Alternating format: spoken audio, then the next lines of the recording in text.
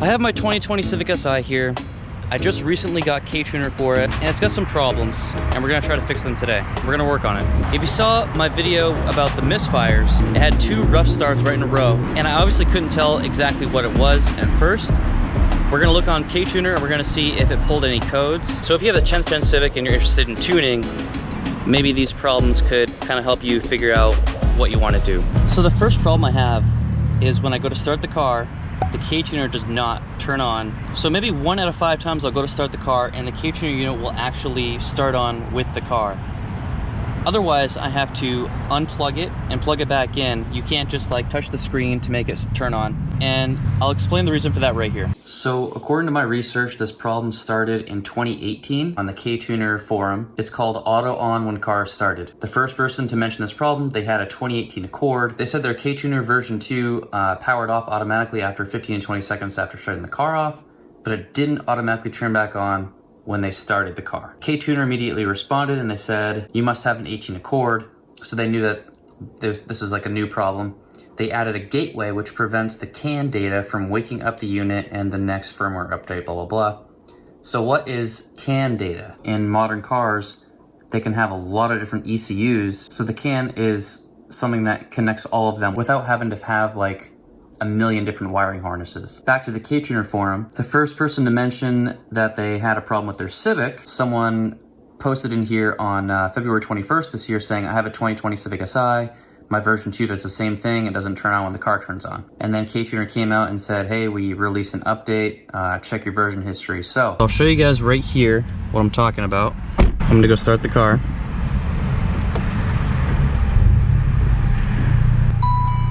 It's not turning on. And this is definitely plugged in here. Absolutely plugged in down there. The way that you fix the CAN gateway is very easy. All you have to do is put your car in at least accessory mode. Click anywhere on the screen to bring up this menu, and then CAN gateway right there. And I selected mine to yes, because my car does need the CAN gateway feature. And that's how you do it. The second thing we're doing today, I recently purchased the tune for this car. There's this company called 2-Step Performance, TSP for short. They have this tune called TSP Stage 1. And it's supposed to bring your car up to 237 wheel horsepower without any other supporting mods. So that's completely stock intake, stock exhaust, all that stuff. And this is how the maps work. So map 1, I'll put it on the screen here so you can see. Map 1 is all factory boost levels. You can change all of these in the car, by the way. Map 2 is factory boost levels in normal mode, and then in sport mode you get 21.5 psi, which is pretty cool. And then map 3, normal mode is 21.5 psi, and then when you put it in sport, it goes to a custom boost level. Now, I tried this out, and you can see my last video right here where I was trying that out. The most I saw was almost 21 psi. It was like 20 point something. So that does not seem right. Why wouldn't it even be as much as the 21.5 psi tune? So it felt fast. If you watch my video, you'll see that I was obviously expecting more because of all the comments I've received on my YouTube videos and in the forums and Facebook groups, people raving about this tune, saying that it's gonna make the car totally different and it's gonna completely wake it up and all that type of stuff. And it felt good. I mean, it's nice not having rev hang. Well, artificial rev hang. It still has a little bit of rev hang because of the 32-pound flywheel that comes with this car.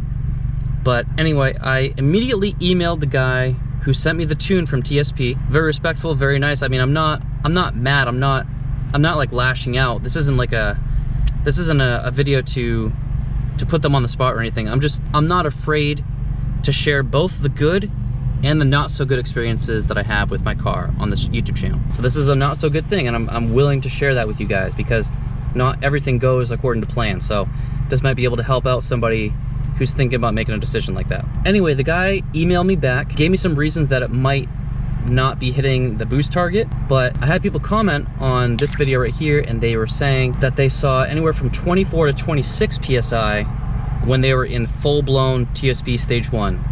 Okay, so map 3 on sport mode. I was seeing 20. So there's something that's not right, okay? My car was not overheating. It had been on for maybe 10-15 minutes. It's a brand new car. It's a 2020 Si with just over 7,000 miles. So anyway, he told me I can make a data log and send it to him, and he'll analyze it and then get back to me. So that's what I'm gonna do right now. I'll put the GoPro on my forehead so you guys can see. I usually record in super view, but I'm gonna leave this one in wide view. So I want you guys to tell me in the comments if you prefer this or the super view. I'm gonna move this up here, and I'm gonna go ahead and unplug it, plug it back in, so you guys can see that's what I'm talking about. And I need to turn the AC on because it is super hot here in Northern California. In order to start a data log, you just click in the middle and then start log, and there it is, it's going. So it's blinking up here in the top right corner. That's how you know that the data log is started. Let's go ahead and do it. First of all, I'm gonna make sure that I'm in map 3, which is like the full-blown TSP tune. So I'm gonna hold down the cancel button, and it shot up to 3,000 RPM, so I am in map 3. Hold down the cancel button another 2-3 seconds to select it, and we're gonna go get on the highway. So I'm not really sure what exactly you need to do in a data log. I assume you need to get a good balance of everything. So I'm gonna make sure I go through all 6 gears. I'm gonna make sure I do some full throttle, which is pretty much the whole point of what I'm doing and why I'm doing this, because I didn't hit the boost target. Like I didn't hit like the 25 PSI range, which is what you're supposed to hit, I guess, with this tune. So obviously we need to go full throttle, which is what you guys want to see anyway. I'm gonna put sport mode on.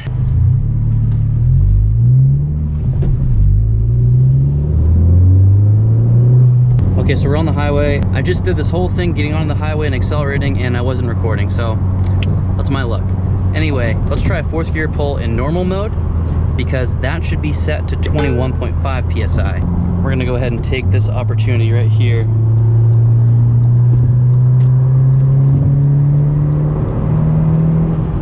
Okay, so all I was seeing is maybe 18 PSI in normal mode, and it should be up around 21.5, so that's obviously not right.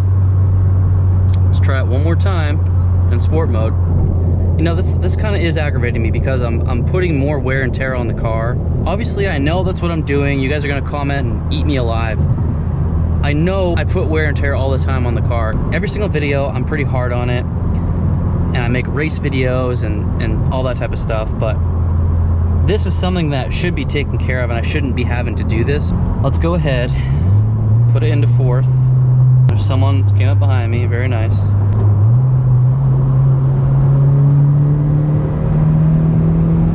Yeah, the highest I just saw was 20.3. And that should absolutely be way higher than that. Something's not right. I don't know what's going on, but something's not right. So I stopped the log. I don't really know what's going on, guys. I feel like this is a bad sign. I'm not superstitious, I'm a little stitious. I kind of feel like I should probably either just stop messing with the tuning of this car, or I don't know what's going on, or maybe I should just get rid of this car altogether. I got some really cool comments from a lot of you guys on the last video. Some people I was talking about a project car that I want to get, and I was saying I really like the new Edge version 2 Mustang GT, so that's the 1999 to 2004. I really like that Mustang GT. I think it's small, and it still has a really good engine, the 99 to 04 one, the 4.6 liter V8. I would love to get one of those, put the Celine body kit on it, obviously in a 5-speed manual, I mean, obviously, and go full bolt-ons and maybe like a dyno tune. I think that'd be awesome. One car that I saw quite a few times in the comments was the Acura RSX Type S, which I would absolutely love. I actually almost bought one of those before I bought this car. So I'm gonna make a video talking about this eventually.